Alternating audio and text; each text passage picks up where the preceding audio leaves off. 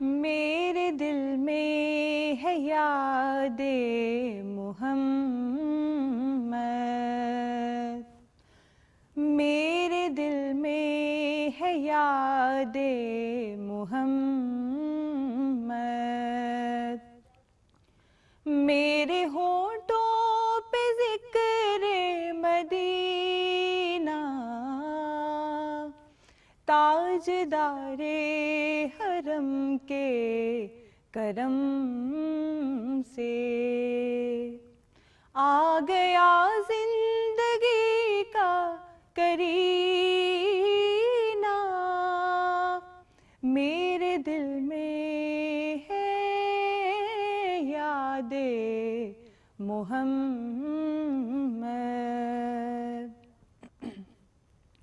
میں غلام غلامان احمد، میں سگے آستان محمد، میں غلام غلامان احمد، میں سگے آستان محمد، قابل فخر ہے موت میری، قابل رشک ہے میرا جینا، میرے دل میں ہے یاد محمد۔ مجھ کو طوفان کی موجوں کا کیا ڈر، یہ گزر جائیں گی رخ بدل کر، مجھ کو طوفان کی موجوں کا کیا ڈر، یہ گزر جائیں گی رخ بدل کر، ناخدا ہے میرے جب محمد، کیسے ڈوبے گا میرا سفینہ، میرے دل میں ہے یاد محمد۔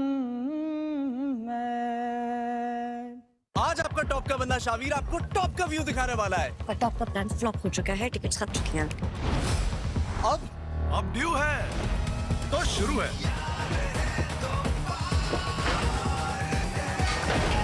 Come on guys! وہاں اوپر پہنچنے کا ایک طریقہ میں جانتا ہوں۔ کیوں پھینک رہے ہو یار؟ تمہیں کیسے پتا؟